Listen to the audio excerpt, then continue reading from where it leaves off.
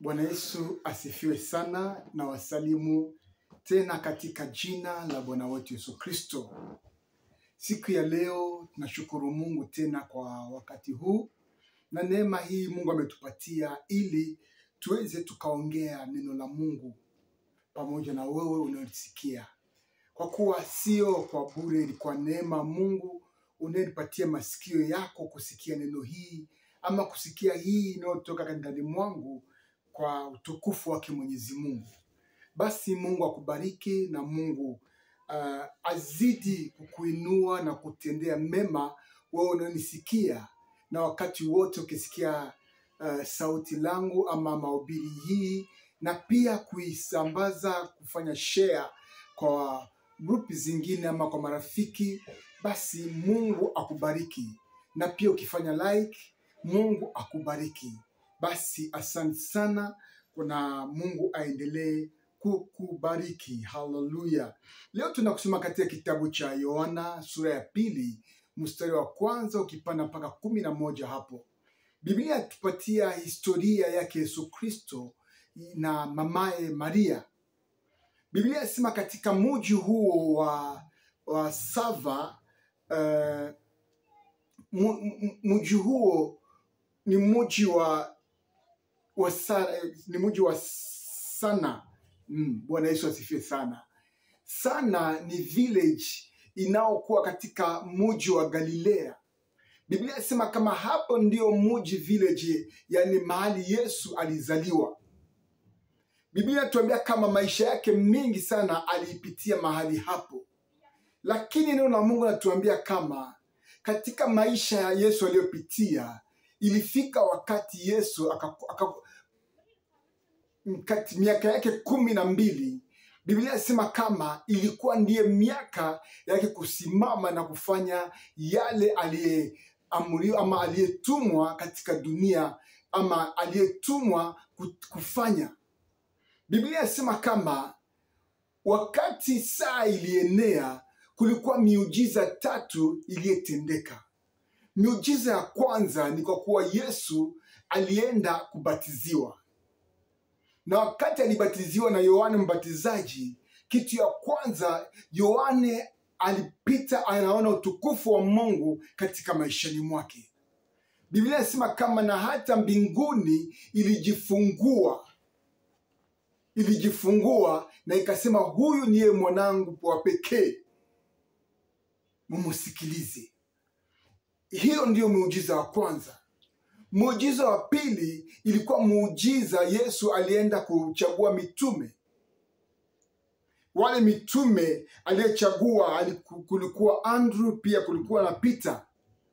Biblia inasema kama kisha hapo hivyo, miujiza ya 3 ni miujiza iliyotendeka katika village ama mahali alipozaliwa, mahali alipoishi.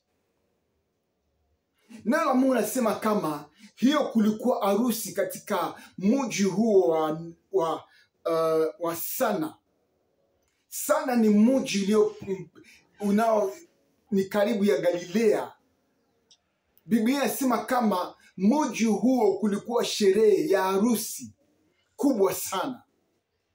Harusi hiyo ilikuwa harusi ilihusu watu wote katika village hiyo. Na Biblia inasema kama watu walifurahi, lakini walifurahi kiango fulani. Kwa kuwa ilifika wakati mvinyo ikiisha. Na wakati mvinyo ikiisha, Biblia inasema kama mamaye na Yesu Kristo alijua mwanawe kama nguvu anao, ama alijua kama Yesu ni nani. Na hapo ndiye akawaambia. Na kwa kuwa neno la kwanza mama Maria aliyemwambia Yesu Kristo, alimwambia kama mvinyo umekwisha. Lakini Yesu akamwambia wakati sio huu. Lakini kwa kuwa ni neno lililosemewa katika mama aliyemzaa, na Biblia inasema kama hakukuwa njia ingine, lakini ilikuwa ni njia ya miujiza ya kutenda ili vinyo iweze kupatikana. Biblia inasema kama kisha vinyo kukosekana, kulikuwa kimya, lakini kimya hiyo iligeuka tena pia kuwa furaha. Iligeuka pia kuwa furaha. Na hiyo kitu Maria aliongea, alisema kama, jameni, mumusikilize, mumungoje, mumusikilize. Hiyo ilikuwa jambo kubwa sana, kwa kuwa alikuwa alimwambia mwanaye, na mwanaye akamwambia wakati haujaenea. Lakini katika hapo katikati Maria alisema kama, mungoje, mumusikilize. Bwana Yesu asifiwe sana. Kwa kuwa Maria yeye alijua kama wakati umeenea. Alijua mwanawe, alimuona na mjua ni yeye alimzaa. Alikaa na yeye miaka mingi sana, lakini alijua kama wakati umeenea. Katika maisha kuna vitu vingi sana tunapita, lakini kabla wakati wa Mungu haujaenea, hakuna miujiza inapotendeka. Lakini Biblia inasema kama kabla hayo yote kulikuwa miujiza 3 iliyotendeka. Hiyo miujiza ilibidi Mungu aitwe Mungu. Ilibidi Mungu ajioneshe, kwa kuwa Yesu alimjua. Walijua mahali alizaliwa, walijua mahali alikomalia, lakini hiyo miujiza lazima ilibidi itimilike. Ni ndio maana ilitumia muda ili hayo yote yatendeke.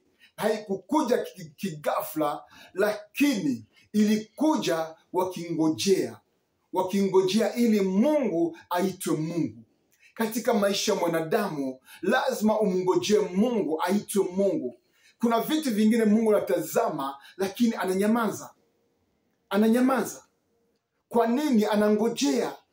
Na kama Mungu anangojea, haijalishi kama Mungu hayupo, haijalishi kama Mungu hawezi, lakini umuhimu ni kwa kuwa yale Mungu alianza lazima ayamalize. Biblia inasema hapo katika huo village ya Sana, na Biblia inasema kama Galilea yote walijua kama kunaye nabii hapo katika village ya Sana. Bwana Yesu asifiwe sana. Katika village hiyo ilikuwa village kidogo sana, lakini Galilea walijua kweli kama Mwokozi amezaliwa.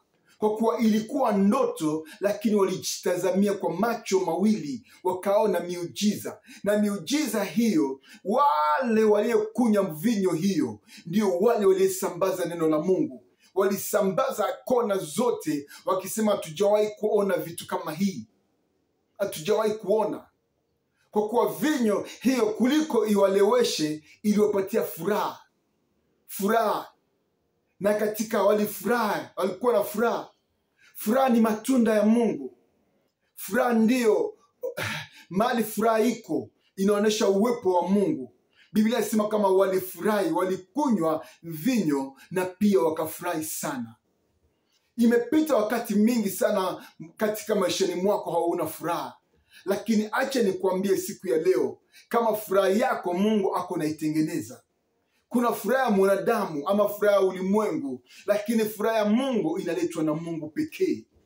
Na Mungu akikupatia furaha, hakuna yule atakaye kunyamazisha, kwa kuwa amekuwa ni roho wa Mungu, umekuwa umeingia ndani mwako, umeleta furaha. Biblia inasema kama watu walifurahi, walikuwa na furaha iko juu, na furaha hiyo ni kwa kuwa waliona miujiza, wakaona mambo makubwa yanayotendeka, mambo makubwa yanayofanyika, lakini yote yalifanyika kwa utukufu wake Bwana. Haleluya!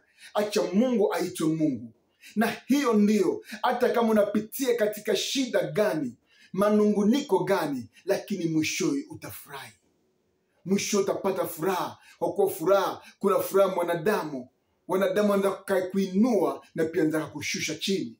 Lakini Mungu akikupatia furaha, anakupatia furaha yenye iko siku zote, maisha yote unafurahia, na pia Mungu anaitwa Mungu.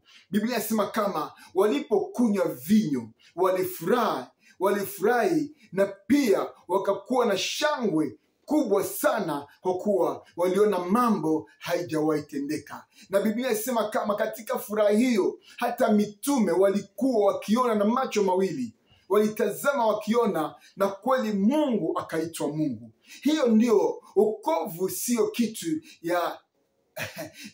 ya hivyo hivyo, hapana. Wokovu inatupatia furaha. Kumjua Yesu sio kumjua pekee ama kigafla. Tunamjua kwa furaha ama kwa nia fulani, ili katika maishani mwetu. Hiyo ndiyo furaha tunayo katika Ukristo, katika wokovu, kwa kuwa tunajua kama pamoja na Yesu yote inawezekana. Pamoja na yeye inawezekana, kwa kuwa hakuna kitu kingine chochote kitakapo kutuzuia ili ukubwa wa Mungu ama uwezo wa Mungu kutendeka katika maishani mwetu, kwa kuwa furaha ya Mungu inazidi, inatosha katika maishani mwetu. Hapo ndio Biblia inasema kama Biblia waliona vitu vingi, na kweli wakasema kweli hii siyo kazi ya mwanadamu, lakini ni kazi ya Mungu. Acha niongee tena vitu viwili ama vitatu kwa ajili ya hiyo harusi. Bwana Yesu asifiwe. Kwa yale yaliyopitika katika harusi hiyo. Kitu ya kwanza, Biblia inasema kama katika hiyo harusi ilibidi Yesu awe mahali hapo. Hayo mambo yote hayangetendeka kama Yesu hayupo mahali hapo. Haingekuwa kama Yesu hayupo mahali hapo. Kwa kuwa Yesu alikuwa mahali hapo, ilibidi mambo hayo atendeke. Katika maisha yetu, lazima Yesu awe katika yale tunayopitia. Biblia inasema kama Yesu iko maishani mwako, hakutakuwa kigumu, kwa kuwa yupo maishani mwako. Kitu unayofanya ni kuita Yesu ili aje katika maishani mwako, ili Yesu atende, ili Yesu ajitukuze na uwepo wake uonekane katika maishani mwako. Katika maishani mwetu tunahitaji Yesu. Ukiwa naye mambo yataenda vizuri. Ukiwa naye hakuna jambo ngumu sana, kwa kuwa Yesu ndiye funguo ya kila kitu chote. Akiwa funguo ya maishani mwako, hakutakuwa kizuizi, hakuna laana ama hakuna kizuizi yoyote, kwa kuwa Yesu yupo pamoja na wewe. Basi tazama, alika Yesu maishani mwako ili mambo aende mazuri, kwa kuwa akiwa maishani mwako lazima furaha iwe katika moyoni mwako. Na kitu ya pili tena, Biblia inasema kama mamaye Maria alimjua mwanaye. Acha ujulikane na Mungu kuliko kujulikana na wanadamu. Ukijulikana na Mungu, Mungu ataitwa Mungu katika maishani mwako, na utukufu wake utajitukuza, na Mungu ataitwa Mungu. Basi Ukristo tunao sio Ukristo wa kufa bure, lakini Ukristo unatupeleka mahali, unatutoa mahali, pia unatupeleka mahali. Kitu ya tatu ni kusema kitu gani unayebeba, mzigo gani. Kusema kama mzigo wa Mungu ni mzigo uliye muhimu. Beba mzigo wa Mungu, naye atabeba mzigo wako. Acha Mungu aitwe Mungu, kwa kuwa Mungu kile anayetamani, anayehitaji ni utakatifu. Ishi katika utakatifu. Jua Mungu wako. Kataa dhambi. Tembea ndani ya Yesu Kristo, na Mungu ataitwa Mungu katika maishani mwako, kwa kuwa yeye atajua mizigo yako, atajua yale unayehitaji, kwa kuwa wakati wote Yesu anayeishi katika maishani mwako. Basi hii ndiyo neno la leo, siku ya leo. Biblia inasema kama ngojea, sikiliza yale Mungu atakayoongea katika maishani mwako. Usisikie mengi yanayotumwa na kufa moyo, lakini sikiliza yale Mungu anayoongea, ili maisha yako asonge mbele. Basi acha kunungunika, acha kutazama nyuma, lakini tazame Yesu Kristo, kwa kuwa amekuja kukuokoa. Amekuja kuleta ingine pumziko mpya na kuleta furaha ingine mpya katika maishani mwako. Basi amini na tuombe. Baba, katika jina la Bwana wetu Yesu Kristo, ninaombea yule anayenisikiliza. Baba, umubariki katika jina la Baba na la Mwana na la Roho Mtakatifu. Maisha yake isikuwe vile tena. Acha Mungu ti mabadiliko na umutende mema, ujitukuze kwa kuwa wewe ni Mungu. Tena Baba, uitwe Mungu siku zote katika maishani mwake Baba. Ni katika jina la Bwana wetu Yesu Kristo. Shalom, shalom, shalom. Mimi ni Askofu Joshua Rwamasunzu. Mungu akubariki tena. Basi siku njema. Shalom.